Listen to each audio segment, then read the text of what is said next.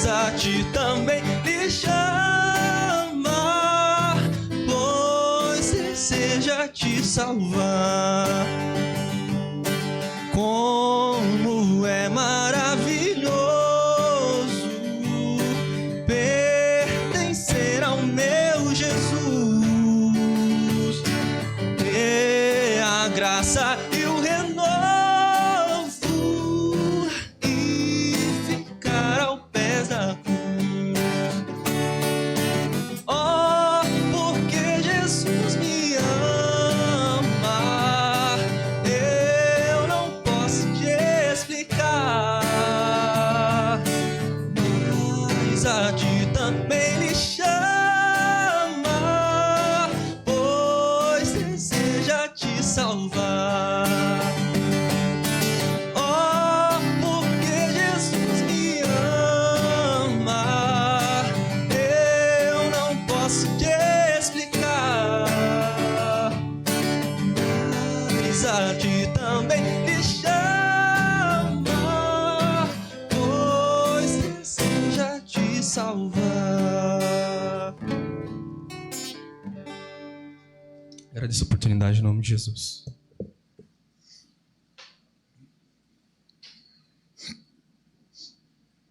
Hoje nós estaremos estudando a lição de número 3, datada de 19 de julho de 2020, cujo título é O Despertamento Renova o Altar. O nosso textuário está no livro de 1 Reis, capítulo 18 e o verso 30, que nos diz assim: Então Elias disse a todo o povo: Chegai-vos a mim. E todo o povo se chegou a ele, e reparou o altar do Senhor que estava quebrado. A nossa verdade prática diz da seguinte maneira: o inimigo da nossa alma, Satanás, jamais derrotará o crente cujo altar é constantemente renovado pelo Espírito do Senhor. Amém? A nossa leitura bíblica em classe está no livro de Esdras, Antigo Testamento, capítulo 3, dos versos 2 a 5, e depois dos versos 10 a 13. Nós vamos, de pronto, já estar entrando na nossa lição, fazendo uma breve retrospectiva, uma introdução, lembrando-nos das últimas aulas que tivemos, muito bem ministrada pelo irmão Rafael, pelo irmão Renato Alves. Nós gostaríamos de lembrá-los de que este grupo de lições fala da restauração do povo de Deus, de Judá. Lembrando-nos de que o povo fez aquilo que não era agradável a Deus.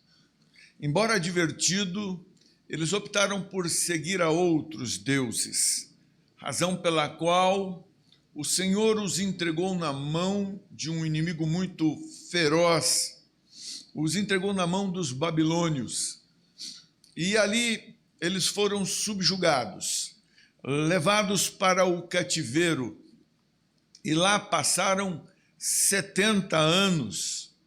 Este foi o castigo de Deus pela sua desobediência, por andarem fora dos propósitos de Deus. Alguém talvez possa estar questionando que Deus é este que castiga o seu povo. Sim, ele castiga como um pai zeloso cuida do seu filho, para que ele não se acidente, para que ele não erre o seu caminho, para que ele não se machuque, para que ele não se perca. Deus também corrige o seu povo pelo seu muito amor que ele tem para conosco.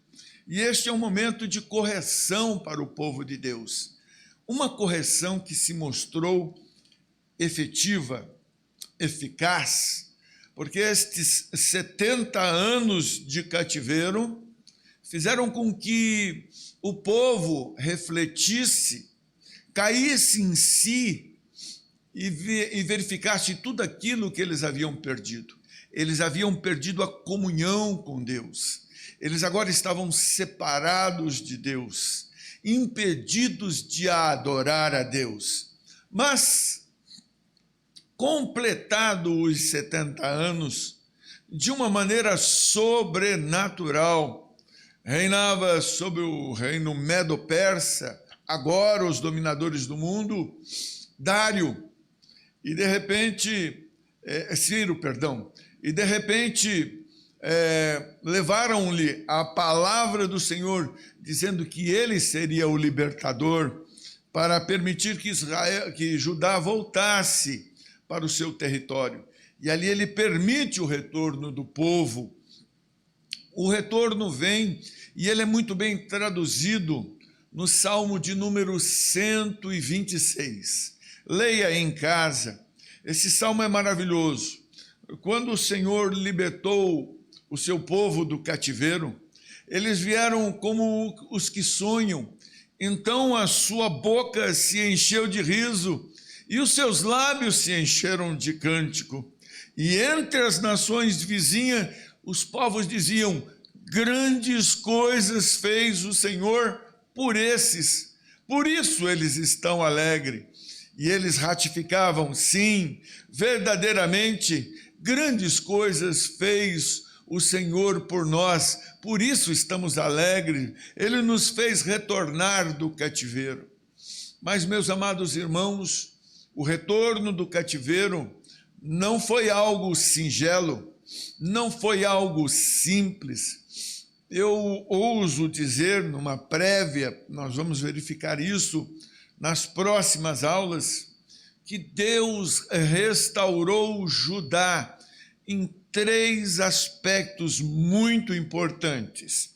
Ele restaurou, primeiramente, a parte espiritual do povo. Era mistério que o povo voltasse a ter comunhão com Deus. Então, o início da restauração deveria ser feito no campo espiritual, na restauração do altar de Deus, do templo, do lugar onde Deus habitava no passado e que fora preterido por um momento, determinando o cativeiro. Agora era momento de retomada, era momento de restauração do templo, era momento de restauração da vida espiritual de Judá. O segundo momento, nós estudaremos mais à frente, é a restauração dos muros de Jerusalém, aquilo que lhes dava proteção. Uma vez restaurado espiritualmente, agora era mistério que se estabelecesse uma proteção para o povo de Deus, para que os inimigos, os salteadores, aqueles que intentavam mal contra Judá, não tivessem guarida em Jerusalém. Então, Neemias foi encarregado de levantar os muros. E, por fim, a restauração de todo Israel, de todo Judá. Este foi o cronograma de restauração do nosso Deus para com o seu povo no retorno do cativeiro. Permita-me aproveitar este momento, abrir um parênteses e fazer uma aplicação desse pensamento que nós estamos fazendo. É muito parecido com a restauração de nossas almas, da nossa vida. Nós estávamos presos, cativos em pecado, nós estávamos em cativeiro, longe do Senhor. A nossa comunhão estava interrompida, estava impedida. Deus não nos ouvia, Deus não tinha mais prazer em nossas vidas, mas Deus proveu a salvação para as nossas almas. E aqueles que se renderam a Cristo, que levantaram suas mãos, aceitando-o como Senhor e Salvador, o que fez o Senhor? Ele começa um processo de restauração. Aquilo que estava morto em pecados e ofensas, ele agora traz à vida. A Bíblia nos diz, na carta do apóstolo Paulo aos Efésios, no capítulo 2, que ele nos vivificou quando nós ainda estávamos mortos em pecados e ofensa. Com seu muito amor, com que nos amou, ele nos resgatou de um mundo de trevas, de um mundo de perdição, nos tirou de um charco de lodo e firmou os nossos pés sobre a rocha.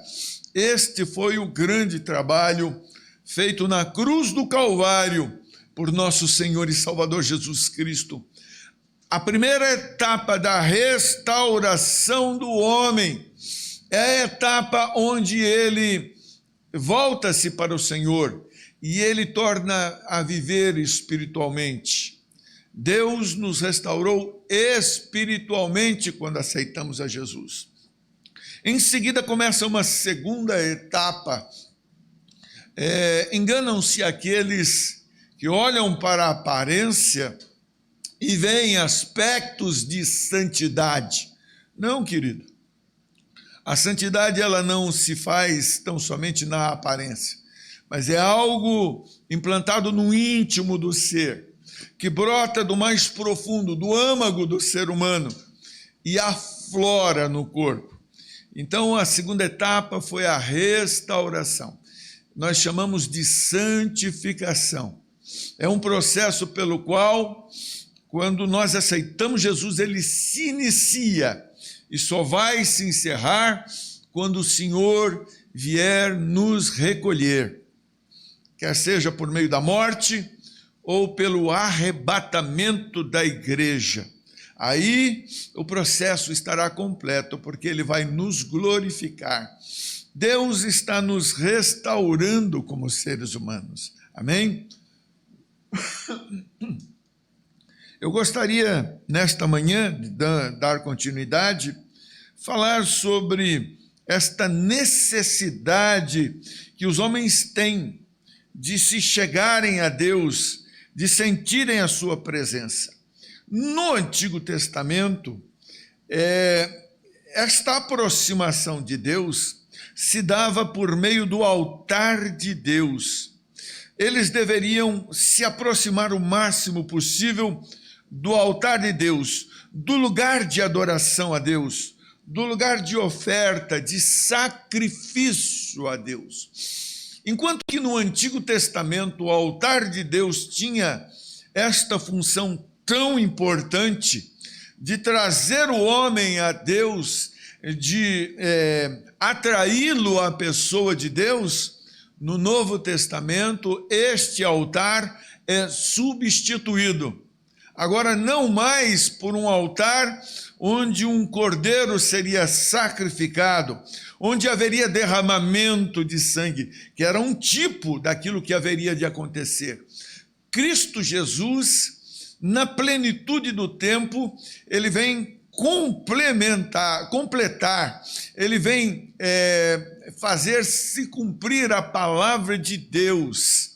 Ele que era esse sacrifício que era um tipo no passado, na pessoa de Cristo se torna um atítipo, ou seja, ele é a realização do tipo, ele é a concretização do tipo que era estabelecido no Antigo Testamento. O cordeiro que era morto no Antigo Testamento e o seu sangue derramado era uma sinalização de que no futuro Deus proveria o Cordeiro de Deus que haveria de tirar o pecado do mundo. Cristo Jesus, quando veio a este mundo, ele veio com uma missão bem definida. Ele veio para nos restaurar, para restabelecer a nossa comunhão que havia sido rompida, quebrada com Deus. E como ele fez isso? Por meio da cruz do Calvário. Quando ele se entrega na cruz do Calvário, quando ele dá a sua alma por resgate das nossas, na cruz do Calvário, ele está tomando sobre si os nossos pecados, as nossas iniquidades, as nossas enfermidades, todas as nossas culpas agora estavam sobre ele ali no Calvário. E agradou ao Pai moê-lo, agradou ao Pai receber aquele sacrifício voluntário de Cristo. Deus jamais nos justificaria pela cor dos nossos olhos. Deus jamais nos restauraria a sua comunhão simplesmente porque nós somos bacana, porque eu não bebo, porque eu não fumo, porque eu não jogo, porque eu não traio a minha mulher, ou não traio meu marido, ou não traio as pessoas, porque eu sou gente boa. Isto é insuficiente. São atos morais de extremo valor para o ser humano, mas incapazes de aniquilar o efeito do pecado sobre as nossas vidas. A única coisa que pode restaurar o homem pecador, lavá-lo, purificá-lo e santificá-lo é o sangue de Cristo. O sangue puro e imaculado que foi derramado na cruz do Calvário pela minha vida, pela tua vida, este sangue sim tem o poder de restaurar as nossas vidas. Por isso, quando nós aceitamos Jesus, levantamos as nossas mãos, nós reconhecemos que Jesus Cristo é o Senhor, para a glória de Deus Pai. Nós reconhecemos que Ele é o nosso Redentor e que o seu sacrifício na cruz do Calvário não foi debalde, não foi à toa. Ele, quando entregou a sua alma, Ele o fez por resgate das nossas. A Bíblia diz que Ele se fez maldito. Gálatas capítulo 3 e o verso 13 diz que ele se fez maldito para que hoje nós pudéssemos ser benditos na sua pessoa. Glorifique o nome do Senhor aí na sua casa, adore-o na beleza da sua santidade, porque grande é a obra da cruz. Então a cruz, ela hoje substitui o altar para os crentes do Antigo Testamento. Agora nós nos reportamos aos pés da cruz de Cristo. Ali é o lugar onde nós nos aproximamos de Deus, lugar de sacrifício, lugar onde nós abrimos mão dos nossos direitos, da nossa razão, do nosso egocentrismo. Ali nós depositamos as nossas vidas aos pés da cruz. A cruz de Cristo é o nosso altar nos dias de hoje. Meus amados irmãos, vamos procurar entender. O despertamento conduz o homem ao altar de Deus. Os judeus sentiam uma necessidade muito grande de aproximar-se de Deus, e o altar lhes proporcionava esta aproximação, esta comunhão, esta intimidade com Deus. O propósito que traziam no coração ao retornarem do cativeiro precisava agora ser muito firme, muito bem determinante, porque eles estavam cercados de inimigos ferozes que procuravam destruí-los, que procuravam não permitir que a obra de Deus se realizasse em suas vidas. E é assim também nos dias de hoje, fazendo uma aplicação. Quando nós aceitamos ao Senhor Jesus Cristo como Senhor e Salvador, não pense que sua vida transformar-se-á em um mar de rosas. Infelizmente, isso não é verdade. Existe muita gente dizendo assim aí fora: pare de sofrer, venha para Jesus e todos os seus problemas serão resolvidos. Mentira, lê do engano, é uma falácia.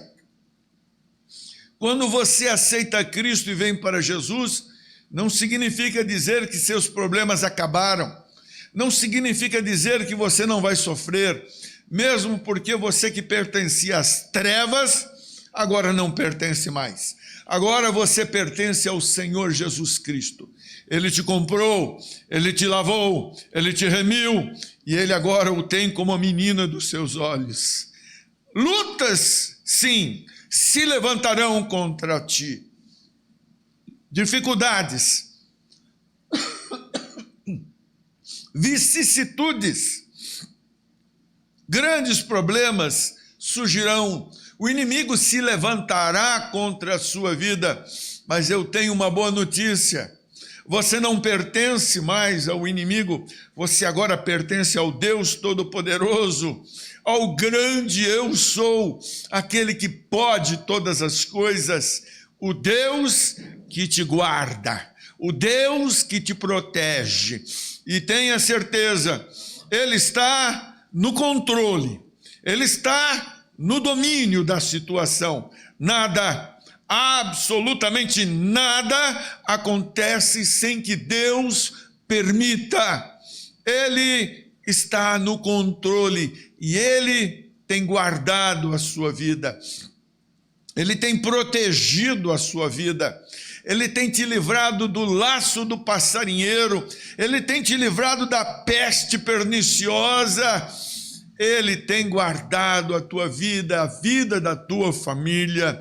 É bom estar na presença do Senhor. Ele está trabalhando.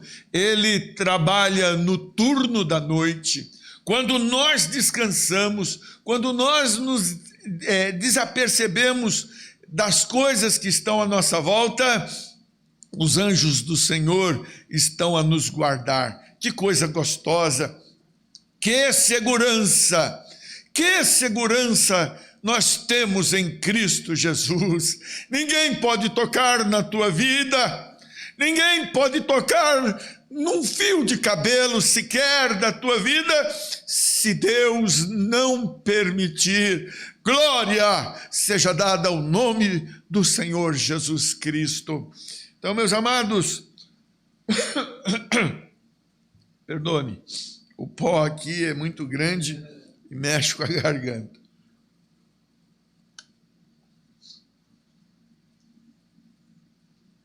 Então havia necessidade desta aproximação. A Bíblia nos diz, no livro de Esdras, capítulo 3, e o verso 3, que o terror estava sobre eles por causa dos povos que estavam na terra. Não queriam que a obra do Senhor se realizasse. Por isso mesmo, o povo sentia a necessidade de que eles precisavam do altar de Deus, eles precisavam de uma proteção, eles sabiam que Deus os havia trazido do cativeiro, e agora nesta restauração, mais do que nunca, eles precisavam da graça e da misericórdia de Deus. Este será o holocausto contínuo perante o Senhor, diziam eles, onde vos encontrareis para falar comigo. Era no altar que eles procuravam o Senhor. Os judeus agora almejavam, desejavam, anelavam por esta bênção. De todos os avivamentos, os despertamentos espirituais genuínos que nós encontramos na palavra de Deus, muitos deles passam pela restauração do altar de Deus, passam pela restauração. E quando eu falo de restauração,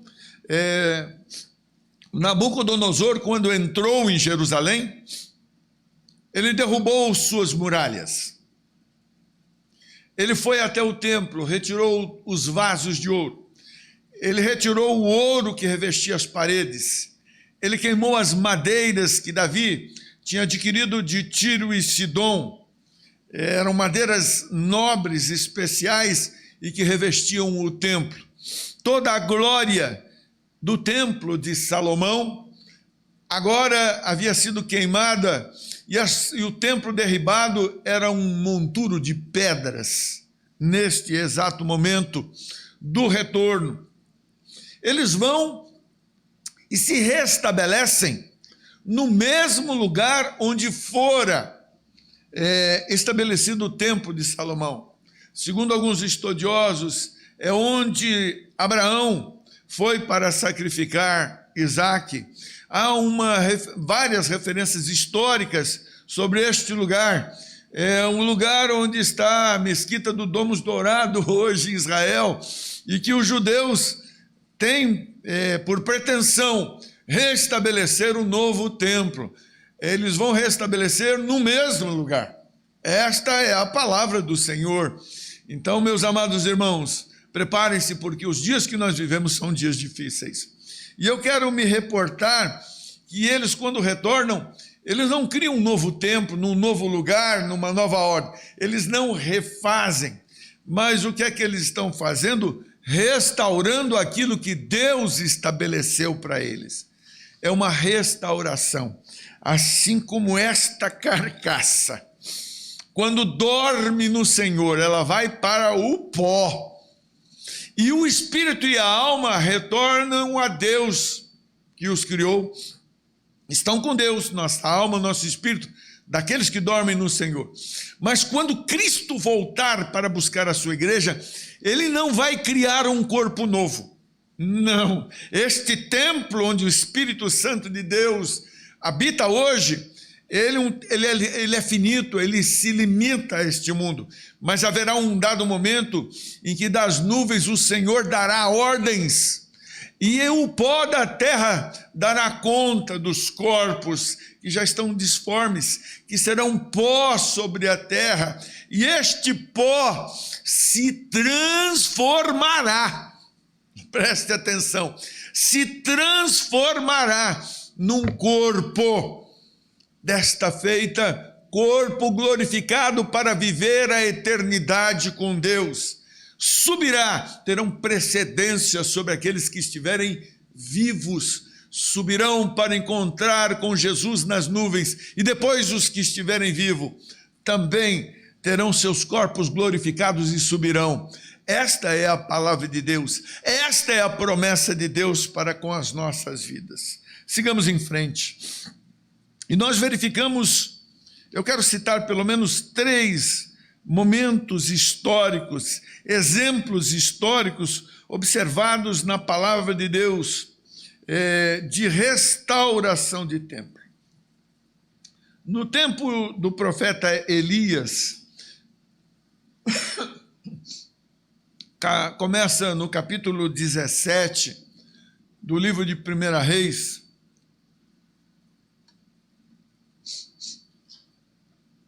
nós encontramos Deus levantando Elias o Tisbita, um homem sem qualquer conhecimento anterior da sua vida.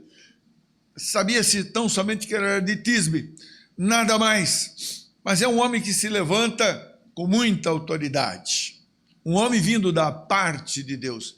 E nós vamos encontrar no capítulo 18, que depois de alguns embates, é um tempo ruim, é um tempo onde Israel se desvirtuou, se perdeu.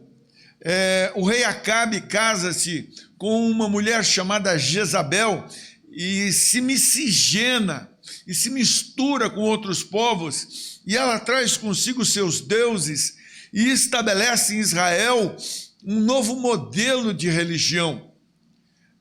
Mas o Senhor não aceita esse tipo de coisa. Embora a liderança pautasse por esta religiosidade estranha, espúria, nós verificamos que Deus levanta o seu profeta, um homem de Deus, um homem ungido, cheio do Espírito Santo de Deus. E este homem, agora, ele começa um embate contra os profetas de Baal, de Azera.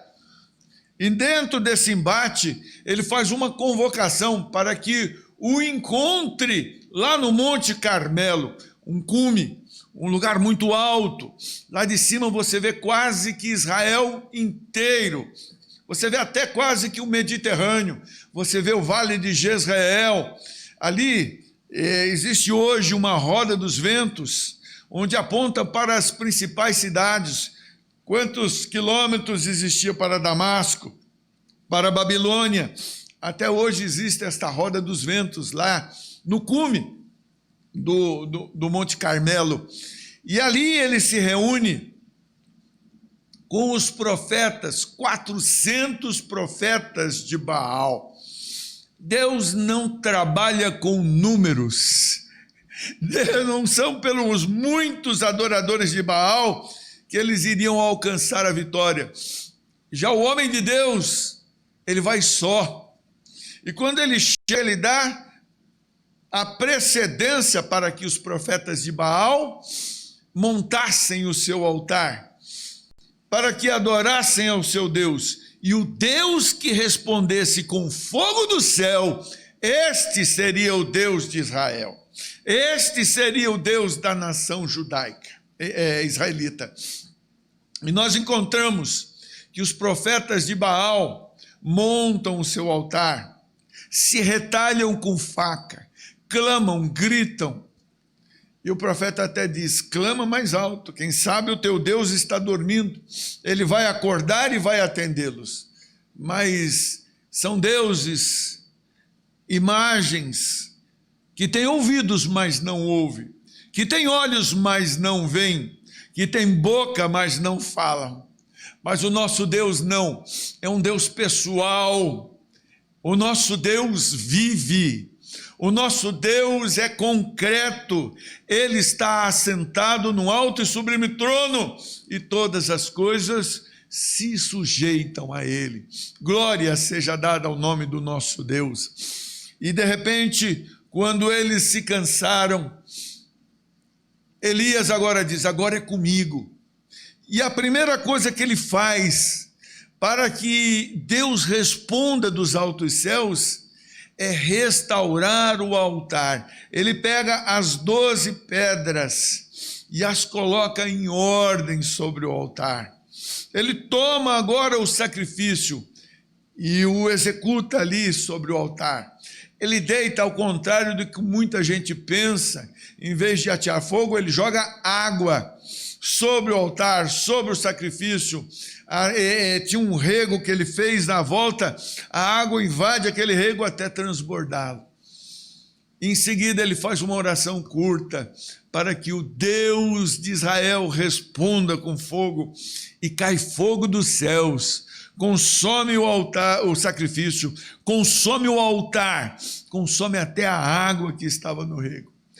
É preciso sim restaurar o altar de Deus. Permita-me trazer-lhes uma aplicação acerca desse assunto. Tem muita gente que quer servir a Deus, mas quer servi-lo de qualquer maneira. Deus não é assim, meu querido amigo. Deus não age desta maneira. A maneira como nós adoramos a Deus é uma maneira pré-estabelecida pelo próprio Deus. Ele, por meio da sua palavra, se faz conhecer por nós. Ele, por meio da sua palavra, diz o que ele gosta e a maneira como ele quer se relacionar conosco. Nós não ditamos a maneira como vamos nos relacionar com ele. Ele dita a maneira como quer se relacionar conosco. Ele é muito mais do que um Deus normativo, um Deus de regras, um Deus de legalidade. Não, ele é muito mais que isso. Ele é um Deus que se relaciona conosco de maneira pessoal. É um Deus pessoal. Ele me conhece. Ele conhece a minha essência. Ele sabe quem eu sou e ele se relaciona comigo. Ele sabe quando eu nasci. Ele sabe pelo que eu já passei nesta vida e ele me acompanha. Todas estas coisas estão nos seus livros, todas estas coisas desde o ventre da minha mãe. Nenhum único dia ele deixou de me visitar, nenhum único dia ele deixou de cuidar de mim. Ele está cuidando da minha vida, e ele está cuidando da tua vida, porque ele não tem prediletos, ele não tem exclusivos, ele está cuidando da tua vida como a menina dos seus olhos. Que esta lição do profeta Elias nos sirva de base, nos sirva de orientação para as nossas vidas. Conserta o teu altar diante de Deus. Ele quer que você o sirva, não da maneira como você acha que deve servi-lo, mas da maneira como Ele quer que você o sirva, conforme a sua palavra. Ele nos deu a sua palavra para que você o conheça, para que você saiba qual a sua boa, perfeita e agradável vontade, para que você ande nos caminhos do Senhor. E o Deus de Israel, Ele vai cuidar de ti, Ele vai responder a tua oração, Ele vai responder com fogo, se assim for necessário, mas é preciso que o altar esteja totalmente restaurado. Não foi outro altar, foi o mesmo altar que Elias montou, aproveitando as mesmas pedras, aproveitando a mesma estrutura. Note, é restauração que Deus está falando. Quando você aceitou Jesus, Deus fez de você uma nova criatura, mas Ele aproveitou tudo aquilo que você tinha. Ele aproveitou o mesmo ser humano. Ele simplesmente entrou e renovou todas as coisas, fez nova todas as coisas. Glória seja dada ao nome do Senhor. Bendito seja o seu nome para sempre.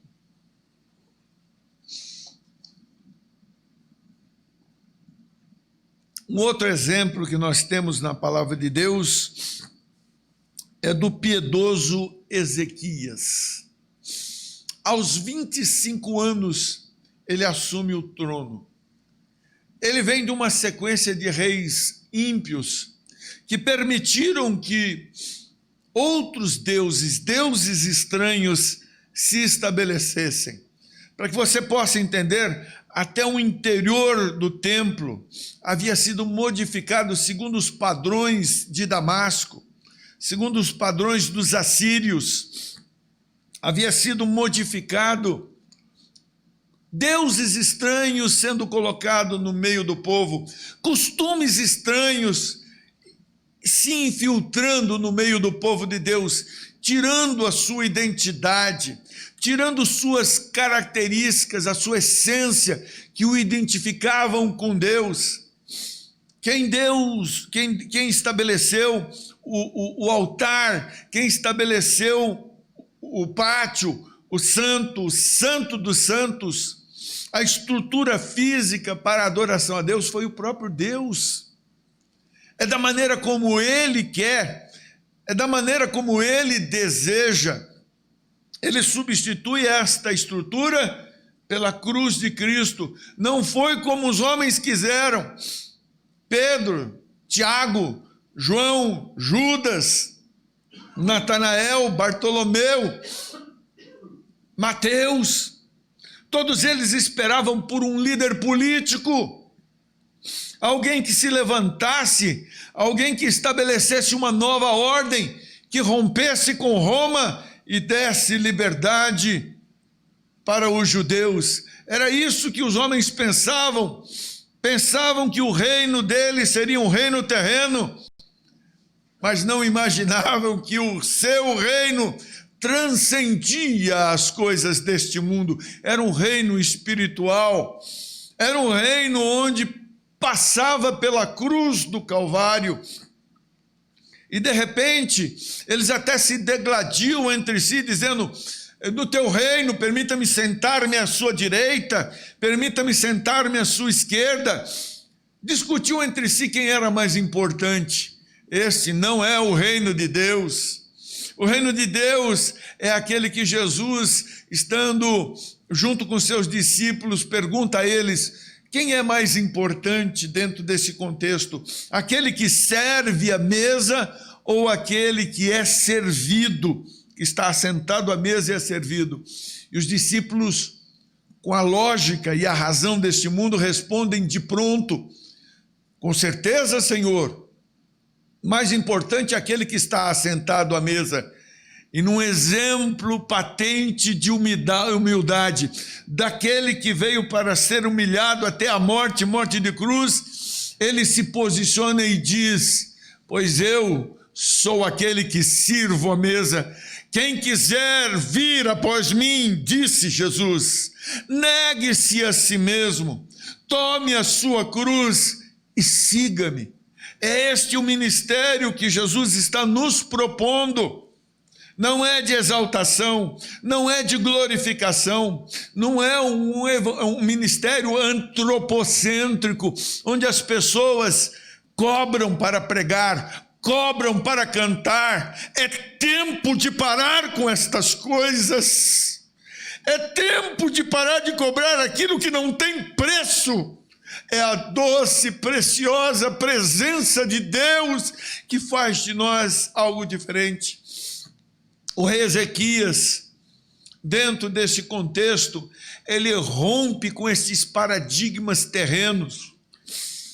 Ele renova a casa do Senhor, ele abre a casa do Senhor, ele purifica a casa do Senhor, ele tira toda a imundícia da casa do Senhor. É tempo de tirar a imundícia da casa do Senhor, do teu coração. Hoje, o templo de Deus, o altar de Deus, é a minha vida, é a tua vida. Tira agora tudo aquilo que não provém de Deus, tira aquilo que impede a tua mais perfeita comunhão com Deus. Deus quer restaurar o teu altar nesta manhã. Deus quer entrar na tua vida, fazer de você nova criatura em Cristo Jesus. Glória seja dada ao nome do Senhor. Ezequias fez desta maneira. Ezequias tirou as impurezas, santificou o altar de Deus. Você é o altar de Deus nos dias atuais. Santifica este altar, abandone as coisas deste mundo, volte-se para o Senhor, porque Ele é misericordioso, Ele é passivo, Ele é longânimo, tardio em irar-se. Ele continua de braços abertos esperando pela tua vida. Ele quer que você se restaure, Ele quer consertar a sua vida. Não importa o que você tenha feito, não importa por onde você andou, não importa o que você tem feito da tua vida. Uma coisa eu te digo, hoje o convite de Deus está aberto para a tua vida, o convite de Deus está extensivo para a tua família. Venha para o Senhor, santifica o altar de Deus, que é a tua vida, e Deus vai fazer festa na tua vida, e Deus vai ser glorificado por meio da sua vida. Glória a Deus, glória a Jesus, bendito seja o nome do Senhor nosso Deus. Então, Ezequias, ele começou santificando o altar. E à medida em que ele santificava o altar, o efeito foi muito bom, irmãos. O efeito foi muito bom. O efeito foi maravilhoso.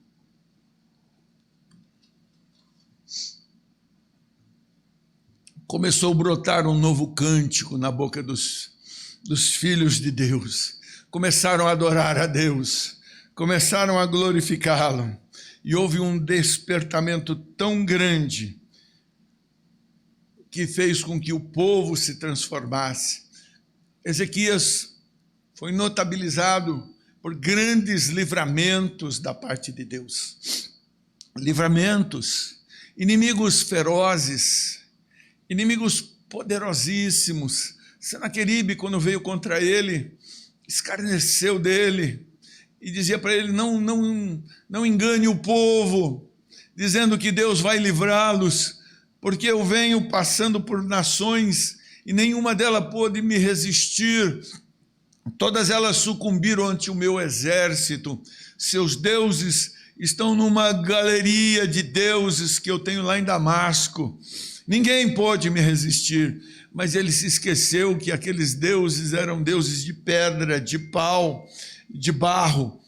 E que o Deus de Israel é um Deus vivo, é um Deus que reina soberanamente sobre tudo e todos. E nós encontramos que Ezequias continuou firme na presença do Senhor, clamando e suplicando.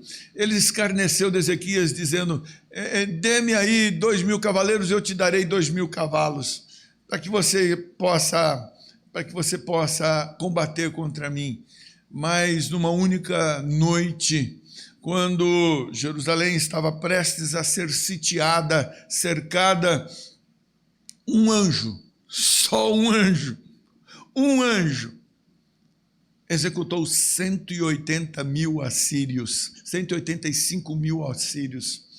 Senaqueribe foi obrigado a reunir suas tropas, voltar para a sua terra, e ali foi executado por um dos seus filhos. Nunca mais afetou a vida de Ezequias.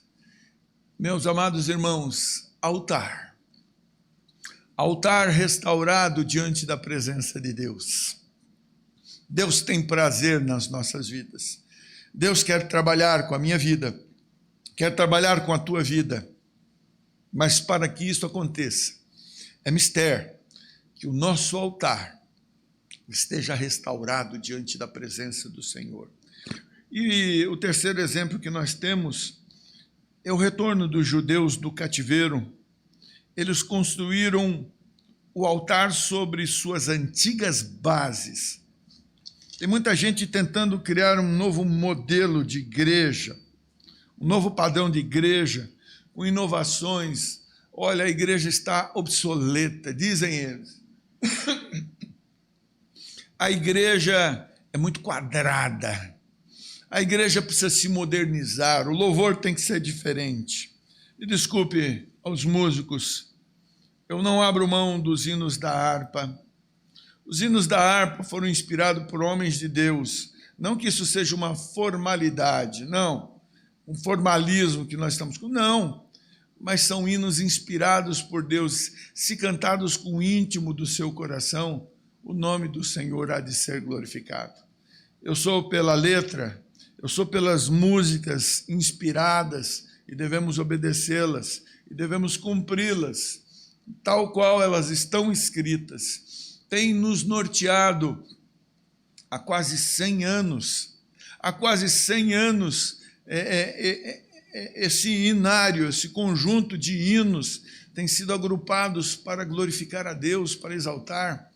Modelos de culto, aparência, igrejas diferentes, igreja com fundo preto, fundo branco, são adereços, quando na verdade a restauração a que nós nos referimos, ela parte do íntimo de cada ser, do íntimo de cada pessoa, é uma restauração do corpo de Cristo, daqueles que servem ao Senhor, amém?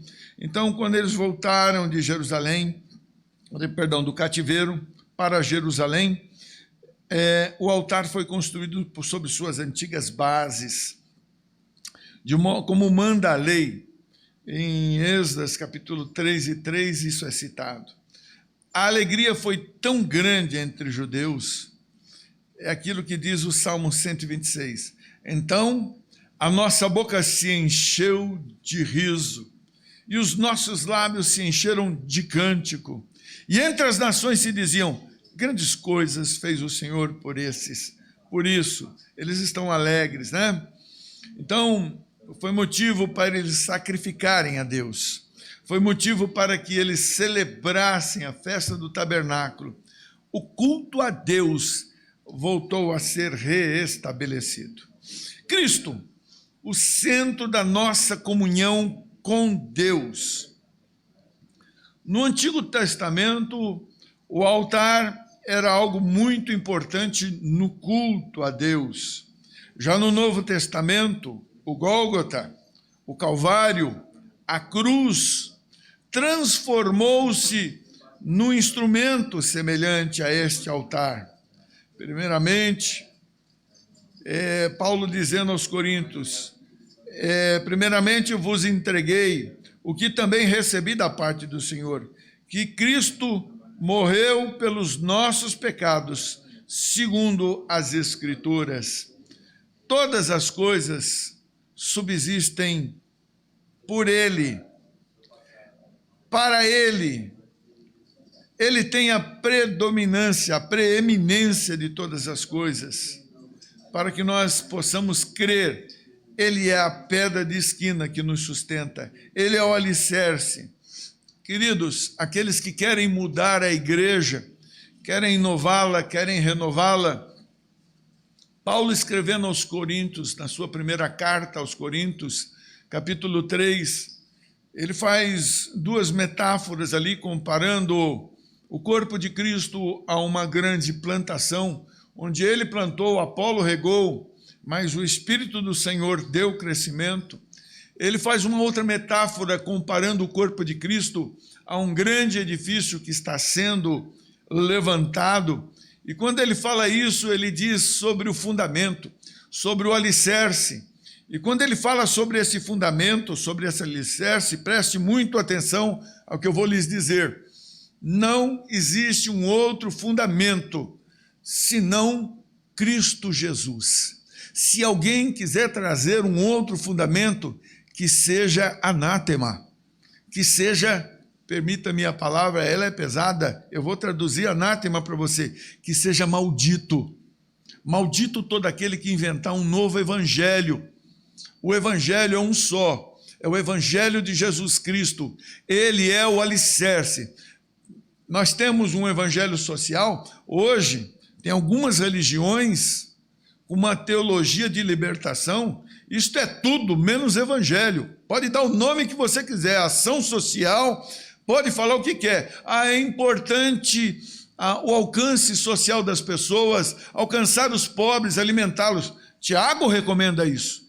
Tiago bate muito nessa tecla. Quem não cuida dos domésticos da fé é pior do que um ímpio. Tiago está certo, mas isso é complemento. Complemento.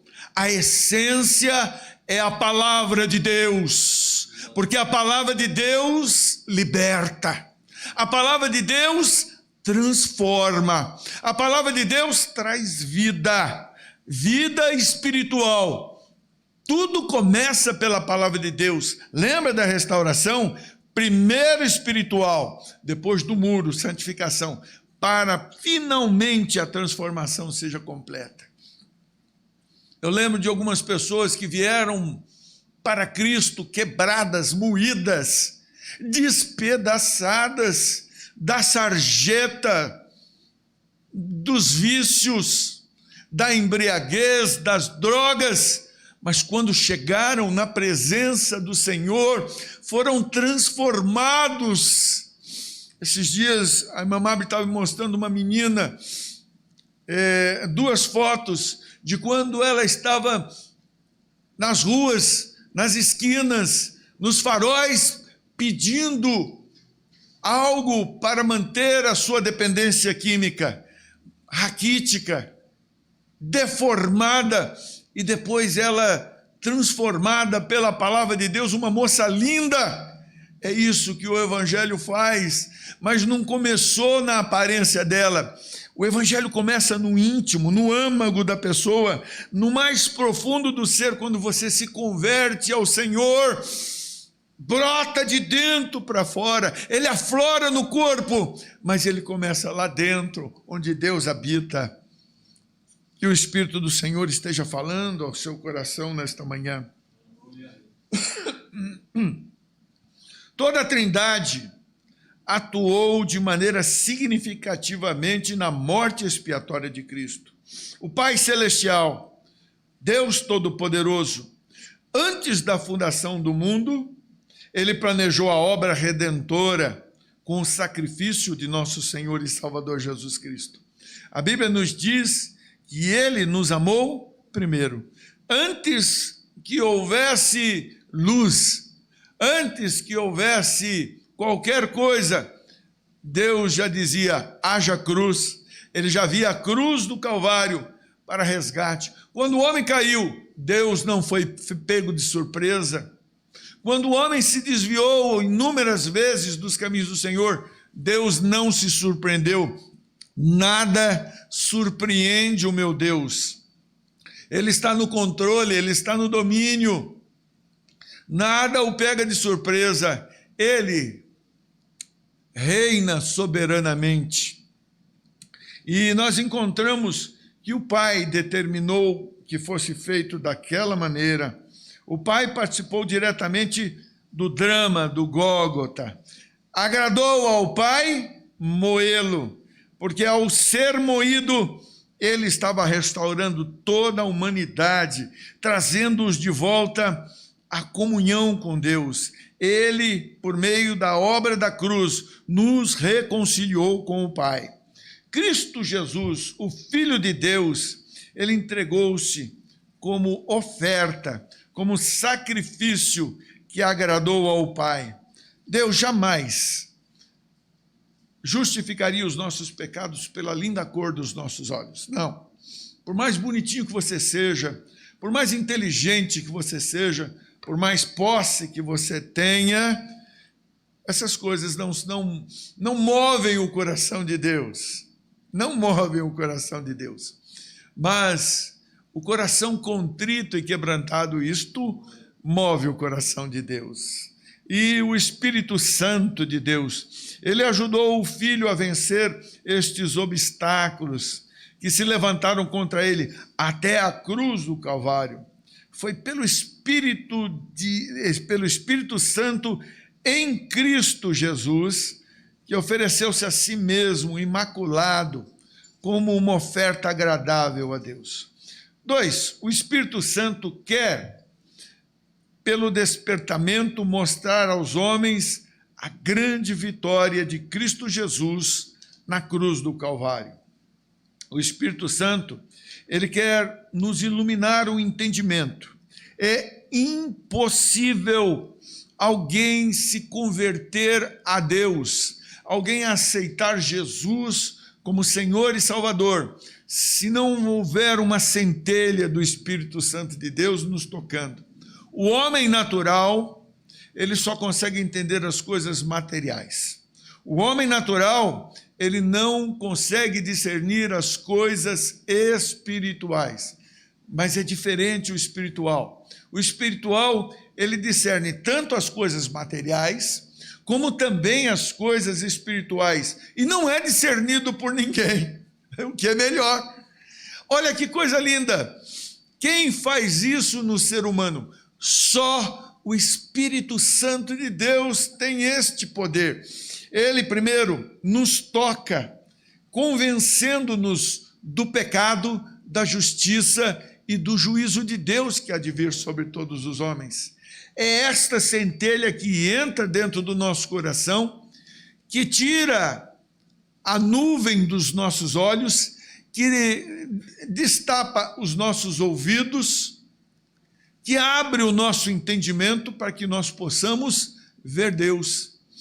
Por isso que nós observamos a doutores que conhecem sobre toda a legislação, profundos conhecedores da lei pátria, da lei internacional, são homens doutos, são homens cultos, são homens com grande cabedal de conhecimento, mas quando lhes entregamos a palavra de Deus, é um mero e simples livro, eles não conseguem discernir o que está escrito, eles leem, mas não entendem. Eu lembro-me do eunuco numa carruagem, homem culto, homem preparado, ele servia a rainha de Candance, e ele está voltando de Jerusalém. Lá ele não podia entrar no templo porque era eunuco, porque era estrangeiro, a religião não o alcançava e não o esclarecia. Era um homem que desejava Deus, mas não conseguia se aproximar de Deus, porque as formalidades deste mundo o impediam, mas diante da dispensação da graça, do favor imerecido de Deus, Deus lança a mão de Filipe lá em Samaria e joga ele no meio do deserto. Ei, irmão, não reclama se Deus está te colocando no deserto, há um propósito de Deus para isso. Felipe começa a caminhar no meio do deserto, daqui a pouco ele se junta àquela comitiva, ele está caminhando do lado da carruagem daquele eunuco importante, um nobre, um príncipe, e ele está ouvindo, e o eunuco está lendo Isaías capítulo 53, quem deu crédito à nossa pregação, e ele está ouvindo, e de repente, ele abre a boca de fora e diz, entendes o que lês? E aquele eunuco diz, como posso entender? Como eu posso entender se não tem quem me explique? Deus tem nos levantado nesse tempo como instrumentos da parte de Deus, com ousadia, com coragem, para abrirmos as nossas bocas e anunciarmos o Evangelho de Jesus Cristo. Ungidos pelo Espírito Santo de Deus, podemos entrar com ousadia na presença do Senhor agora, pregar a sua palavra a outros que não conhecem. E ele entra na carruagem, e ele vai falando. Eu quero crer que o eunuco foi vendo seus olhos, a película que revestia seus olhos caírem por terra, os seus ouvidos deixarem de ser agravados, e agora passa a ouvir a palavra de Deus. É tão grande a mudança, é tão grande a transformação, que ele está passando num lugar que tem água, ele diz, que impede de eu ser batizado? Nada impede de você se aproximar do Senhor. A graça de Deus se há revelado, trazendo salvação a todos os homens. É tempo oportuno, é tempo de salvação, é tempo de restauração para as nossas vidas. Ele é batizado, sobe na sua carruagem e dá continuidade à sua viagem. Agora, levando a preciosa palavra de Deus, não mais num livro, mas guardada no seu coração. Glória a Jesus. O Espírito Santo de Deus, ele revela, ele ilumina os nossos olhos para o entendimento, para que saibamos a grandeza sobre nós. Ele nos revela a morte de Cristo, ressuscitando-o dos mortos ao terceiro dia. O Espírito Santo, ele mostra quem é o Pai. Uma certa feita, Jesus estava com seus discípulos e as pessoas vinham falando muita coisa acerca dele. Havia uma perseguição muito grande e ele pergunta aos seus discípulos, que dizem os homens ser o Filho do Homem? Essa é a pergunta de Jesus. Aí começa uma especulação. Olha, dizem que tu és um grande profeta. Dizem que tu és João Batista. Dizem que tu és Elias. Dizem que tu és Jeremias. E começa toda uma especulação. E Jesus ouve tudo aquilo, o que as pessoas acham dele, imaginam dele. São pessoas que não têm visão. São pessoas que não foram alcançadas pelo Espírito Santo de Deus e que não têm a exata visão de Jesus. Ei, olha aqui para mim. Eu quero te dizer nesta manhã que tem muita gente que está na igreja, frequenta os cultos, está há anos e ainda não conhecem a Deus. Eu tive uma surpresa muito grande algum tempo atrás, numa escola bíblica dominical. Um rapaz que tinha anos na casa do Senhor e de repente, ao ministrar sobre a graça de Deus, que era necessário crer na pessoa de Jesus Cristo, ser lavado pelo sangue de Jesus Cristo para que pudesse alcançar a salvação e que as obras não eram capazes e suficientes para conduzi-lo à salvação. Não era o fato dele tocar numa banda, numa orquestra, não era o fato dele ser um diácono, um presbítero, um pastor que o levaria à salvação. Ele se revoltou, ele disse, quer dizer que eu estou tocando trombone há 30 anos e isso não significa nada? E isso não vai determinar a minha salvação? E quando ele recebeu a negativa, não, isso não é suficiente. Isso não faz de você uma pessoa salva. Ele desviou-se do caminho do Senhor. Olha que coisa! Ele afastou-se dos caminhos do Senhor. Pela infinita graça de Deus, o Senhor o alcançou posteriormente, mas ele não conseguiu suportar isso.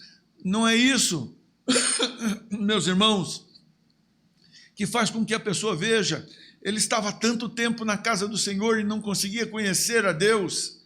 Tem gente na casa do Senhor e ainda não sabe quem é Deus.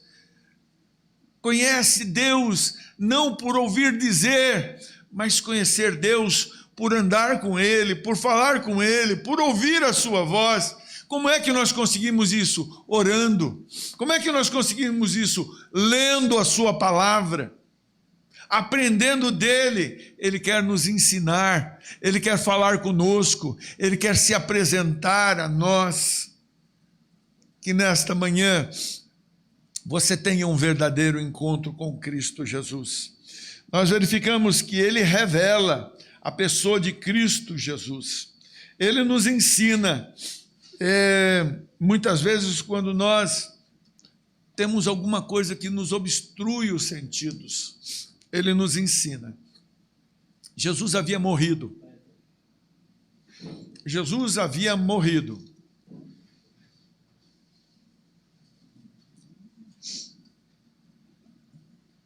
Havia uma tristeza muito grande entre os discípulos. Por quê? Percepção errada. Andaram com Jesus, ouviram Jesus, ele os advertiu, ele falou o que ia acontecer, mas eles não entendiam, mas eles não compreendiam.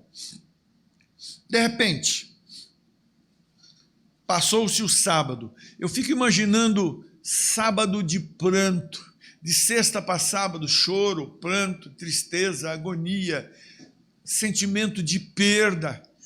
A esperança se esvaiu, foi-se a glória de Israel. Entram no domingo, é o terceiro dia, após a sua morte. Terceiro dia, pela manhã, as mulheres vão ao sepulcro, ele não está lá. A mensagem que ele ressuscitou vem, mas eles não conseguem crer, eles não conseguem entender, eles não conseguem se posicionar. Cada um toma o seu destino. E agora, 2 discípulos põem-se a caminho de Emaús, uma aldeia que dista uns 12 quilômetros de Jerusalém. Estão a pé, caminhando, final da tarde, tristes, olhos mareados, cheios de lágrimas, autocomiseração, dozinha de si mesmo, tadinho de mim, perdi o meu mestre, foi-se a glória de Israel, como eu estou triste, medo, salteadores, perigo da caída da noite. Quantos perigos nós temos nesta vida, quantas coisas influenciam nossos sentimentos, perda da esperança, perda do ente querido, quanta perda nós estamos enfrentando também nesses dias. Mas os discípulos estão caminhando e de repente eles nem sequer se apercebem, mas uma terceira pessoa passa a acompanhá-los. Está andando com ele, talvez você não saiba, mas essa pessoa está andando contigo. Oh, aleluia! Talvez você não saiba, mas ela não te desampara, ela não te deixa.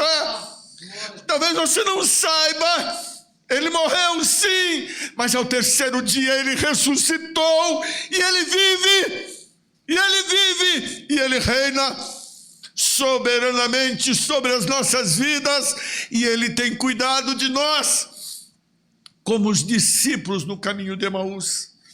Homens insignificantes, mas para ele tem significado, para eles vale muito.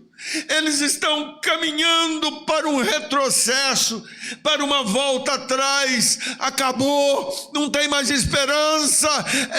Ei, amigo, ei, ouvinte da palavra de Deus, talvez você tenha andado por caminhos outros, pelo caminho de Emaús, talvez não haja mais esperança para ti, esse é o seu pensamento, mas nesta manhã eu quero te dizer, Jesus está contigo, Jesus está no teu caminho. Ele te acompanha nesta manhã, Ele caminha contigo nesta manhã. Talvez grande tenha sido a tua perda, talvez o medo que te cerca seja um medo muito grande, mas eu quero te dizer, em nome de Jesus, abra teus olhos, Ele está contigo. Aleluia, aleluia. Glória a Deus, Ele está contigo. E de repente Ele rompe o silêncio. O que é razoáis entre vós? O que é que vocês estão comentando entre vocês? E leva uma dura. És tu peregrino em Israel, que não sabe dos últimos acontecimentos? De onde você é? Você é estrangeiro aqui? Não sabe o que aconteceu? Levantou-se entre nós um varão profeta. Para eles, Jesus era um profeta a mais. Então, somente isso. A falta da visão, do esclarecimento do Espírito Santo de Deus. Quando você não tem, você não consegue enxergar quem é verdadeiramente Jesus. Era um profeta, um líder, alguém que os lideraria a uma vitória sobre os romanos. Era isso. Um líder político. Levantou-se entre nós um varão poderoso em obras e palavras, mas lançaram mão dele e o crucificaram. E já é o terceiro dia. Olha, eles até sabiam que tinham a notícia de que ele havia ressuscitado. Algumas mulheres entre nós foram até o sepulcro e dizem que ele vive, mas nós não cremos nisso. Foi-se a esperança de Israel. Acabou para nós. Talvez você esteja dizendo, acabou para mim. Deus não tem planos e propósitos para a minha vida. Tem, meu filho. Tem, meu prezado ouvinte da palavra de Deus. Deus tem planos e propósitos para a tua vida. De repente ele começa a falar acerca dos profetas, dos homens de Deus, que falaram acerca deles. E a conversa está tão gostosa, e a conversa está tão boa, e a conversa está tão agradável. Aquela viagem, que era para ser uma viagem maçante, triste, chorosa, uma viagem muito ruim, ela agora se torna em algo aprazível, algo agradável. A presença do Senhor traz alegria ao nosso coração. A presença do Senhor nos traz a esperança de volta. A esperança do Senhor nos traz vida de volta. Ele está para restaurar os nossos caminhos perdidos. Volte de Emaús, meu prezado ouvinte da palavra de Deus. Abandone o caminho de Emaús, volte para Jerusalém, onde Ele mandou você ficar. Ficai, pois, em Jerusalém, até que do alto sejais revestidos de poder. Essa é a mensagem para os nossos corações. E de repente, quando eles chegam à aldeia de Emaús, ele faz menção de seguir em frente. É quando as pessoas convidam para que ele fica, Senhor, conosco. Fica, Senhor, porque já se faz tarde. Fica, Senhor, porque está tão agradável. Fica, Senhor, porque a esperança está voltando. Fica, Senhor, porque a vida está brotando novamente. E Ele atende. A Bíblia nos diz que Ele entra para cear com eles quando Ele parte o pão. Os seus olhos se abrem. Os seus sentidos se tornam aguçados.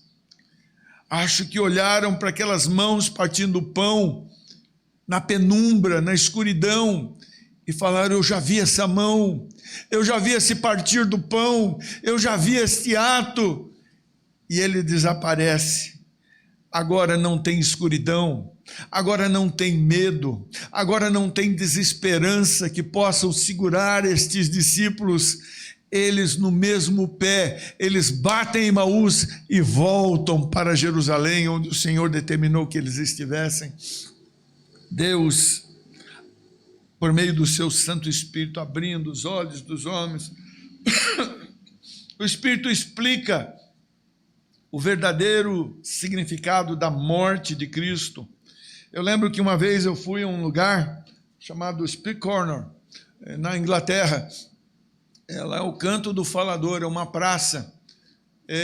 Você não pode pregar o evangelho na Inglaterra. O berço de um dos maiores avivamentos que o mundo já conheceu.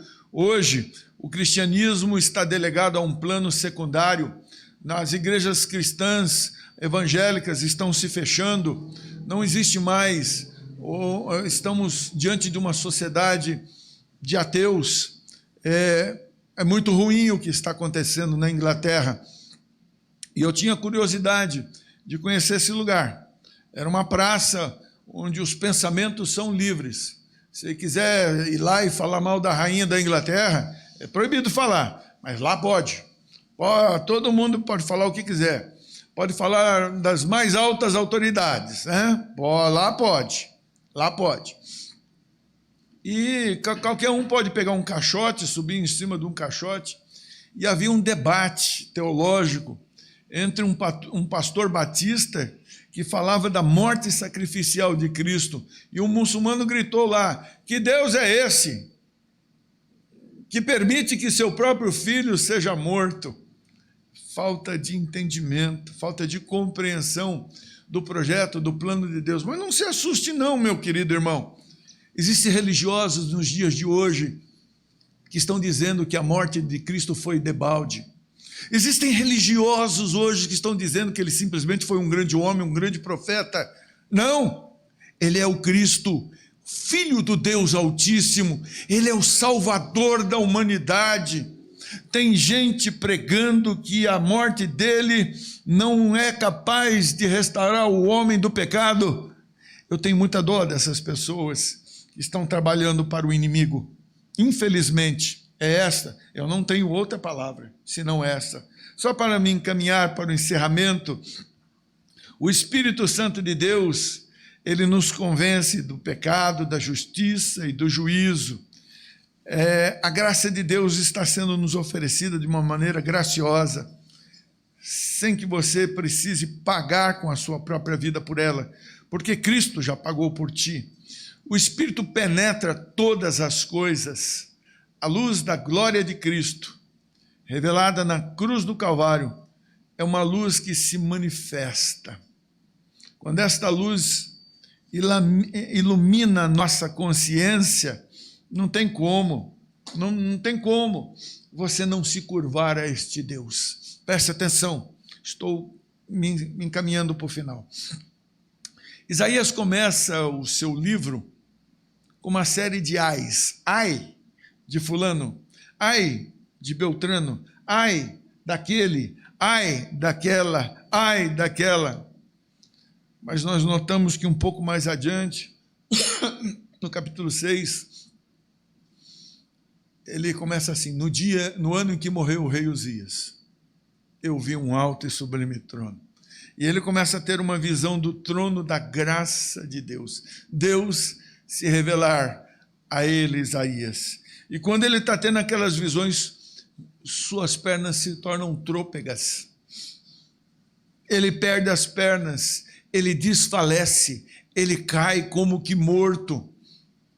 Ele cai como uma pessoa sem energias, e ele só consegue dizer: ai, ai, ai de mim que estou perecendo, ai de mim que estou morrendo, porque eu vi a glória de Deus. É disso que nós estamos precisando. Não é nos voltarmos para outras pessoas e comentarmos sobre a vida alheia. Olhe para o teu interior, conheça as tuas misérias, conheça as tuas faltas, conheça a tua fragilidade. Volte-se para o Senhor e diga para Ele: ai de mim, Senhor, que preciso da Tua graça, que preciso da Tua misericórdia, que preciso da Tua compaixão. Ai de mim, Senhor. O Senhor vai te atender, porque atendeu ao Isaías. Ele manda que um anjo vá até o altar de Deus, tome com uma tenaz, uma brasa do altar, ele vem e toca os lábios de Isaías. Isaías tinha um problema: eu sou um homem de lábios impuros e habito no meio de um povo de impuros lábios. Eu vi a glória do Senhor e estou desvanecendo. E o Senhor vem, toca os seus lábios, aquilo que o impedia de ter a mais estreita comunhão com o Pai. E ele passa, a partir daquele momento, a ter uma íntima comunhão com Deus. Queridos, que lição maravilhosa.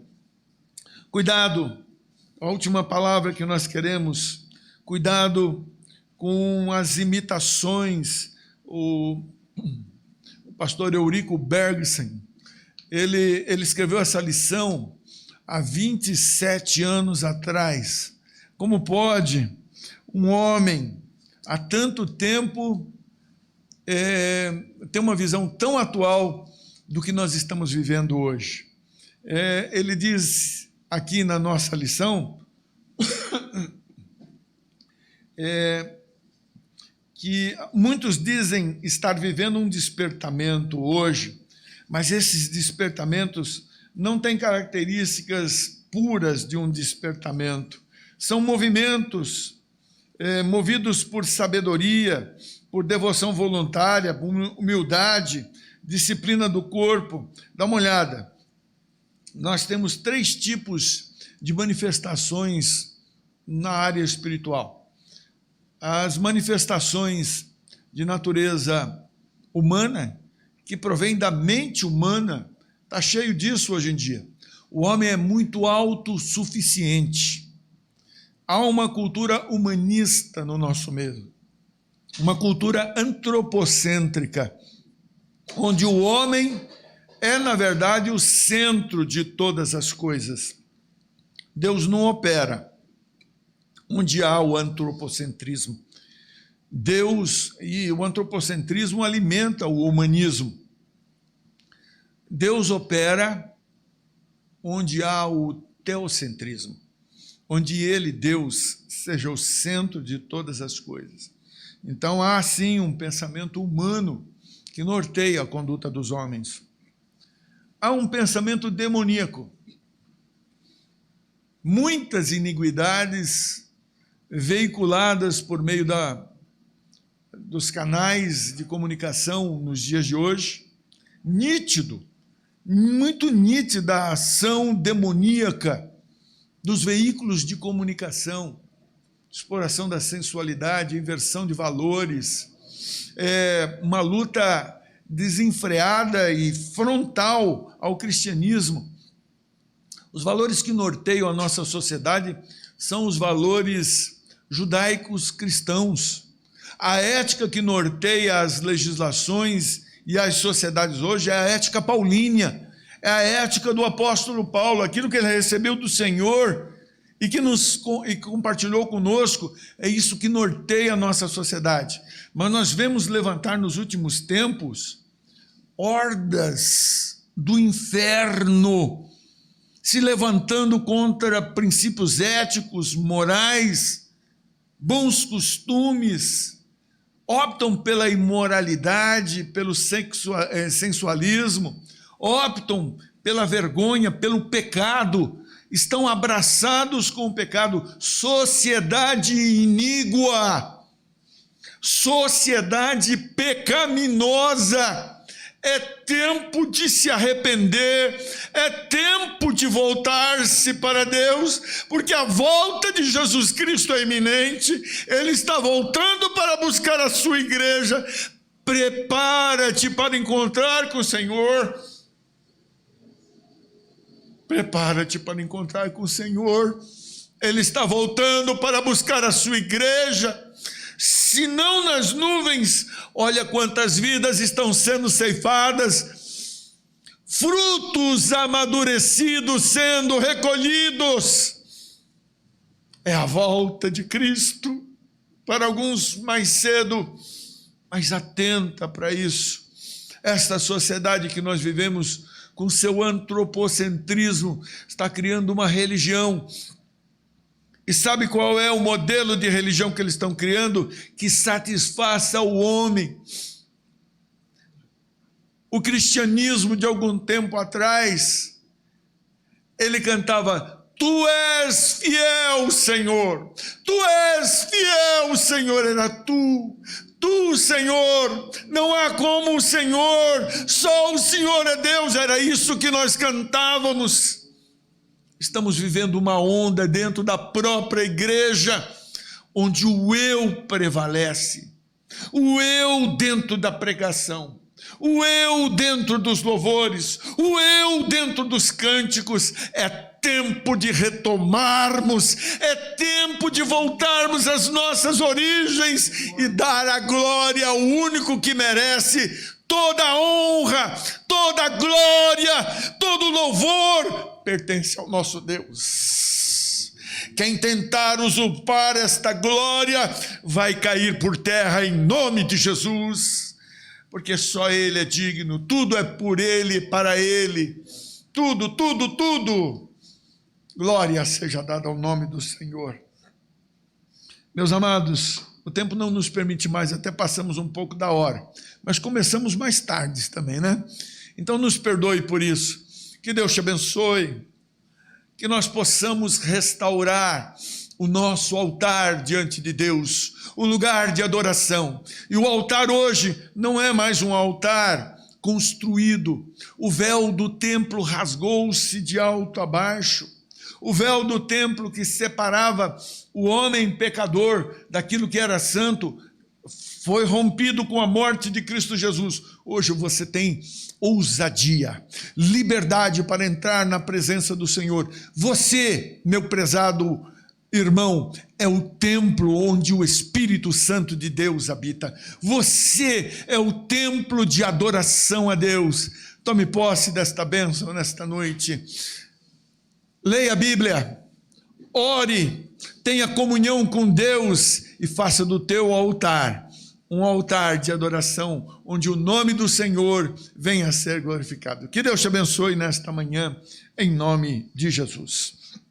Eu quero aqui encerrar esta live da Escola Bíblica Dominical, orando pela irmã Sandra Aparecida e pela sua filha, a Rafaela. Vamos orar? Eu quero que você feche seus olhos aí onde você está e junte-se a nós nesta oração. Maravilhoso Deus, como é bom estarmos diante da Tua presença, como é bom sermos edificados pela Tua palavra. Muito obrigado, Deus. Nós queremos pedir pela Tua doce presença em nossas vidas, em todo o tempo. Não nos abandone jamais, assim como restauraste, recuperaste os Teus discípulos no caminho de Emaús.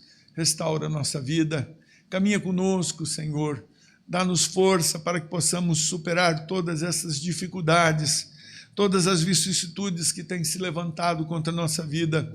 O Senhor é a nossa força, sem Ti nada podemos fazer, por isso nós pedimos pela Tua bênção. Abençoa os Teus filhos que nesta manhã participaram desta live, toma-os nas Tuas mãos, cuida de suas famílias, cuida da irmã Sandra Aparecida, cuida da Rafaela pela Tua infinita graça e misericórdia. Visita as Tuas filhas em nome de Jesus. Eu te peço também, Senhor, pelo pastor Paulo Roberto,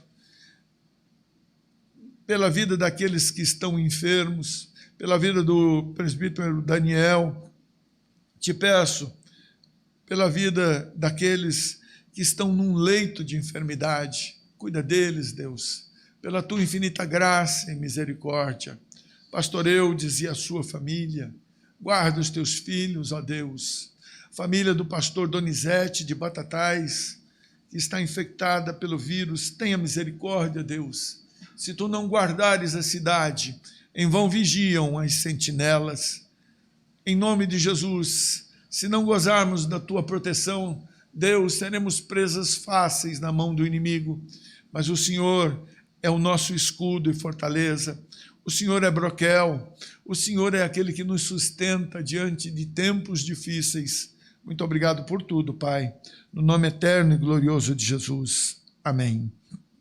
Antes de darmos a bênção apostólica, lembre-se sempre, você irmão, você irmã, vocês que têm sido fiéis nos seus dízimos e ofertas, são tempos difíceis, as nossas igrejas estão fechadas e está cada vez mais difícil mantermos e honrarmos os nossos compromissos.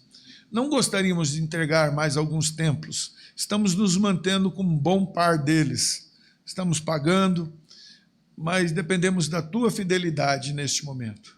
Lembre-se, o teu acordo não é com o pastor Paulo, lembre-se, o teu acordo não é com a Igreja Evangélica Assembleia de Deus, do Ministério do Belém, em Ribeirão Preto. Não. O teu acordo, a tua aliança é entre você e o Deus Todo-Poderoso. Esta obra, ela não me pertence.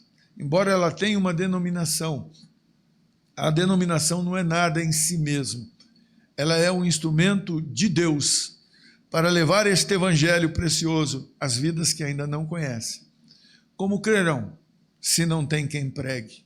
É isso que nós estamos lutando, para sair desta epidemia com um grupo de pessoas avivadas, com um grupo de pessoas compromissadas, que amem a alma do pecador e possam conduzi-lo à presença do Senhor. Porque o Evangelho do Senhor Jesus Cristo, ele não é uma filosofia, não é uma fábula.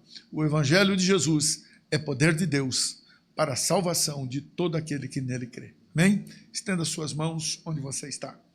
Que o grande amor de Deus, que a graça de nosso Senhor e Salvador Jesus Cristo, e a comunhão e a consolação do Espírito Santo, seja com cada um dos irmãos. E que todos digam amém.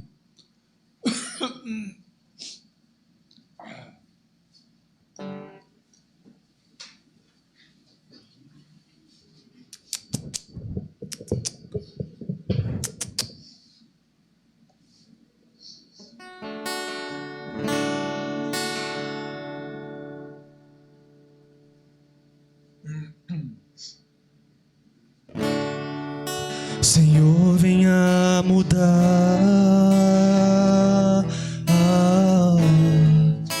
mudar meus pensamentos,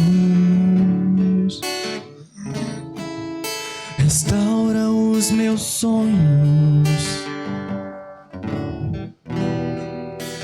e meus sentimentos.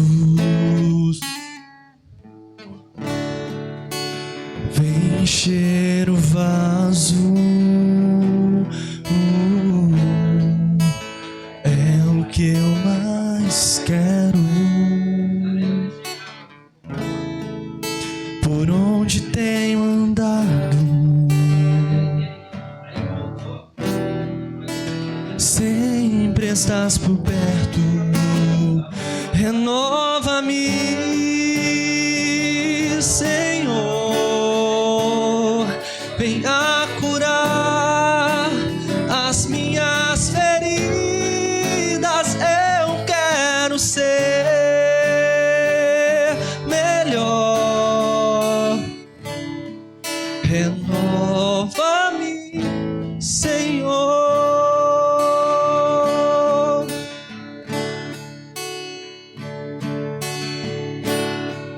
Senhor, venha mudar,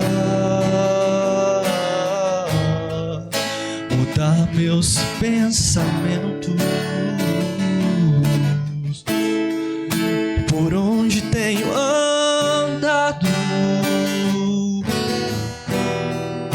sempre estás por perto. Vem encher o vaso, é o que eu mais quero. Onde tenho andado, sempre estás por perto. renova-me, Senhor, vem a curar as minhas feridas. Eu quero ser melhor. Renova-me, Senhor, renova-me, Senhor, vem a curar as minhas feridas. Eu quero ser melhor. Renova-me, Jesus,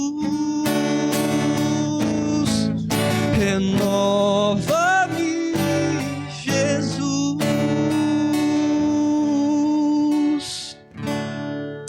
Agradeço a oportunidade em nome de Jesus.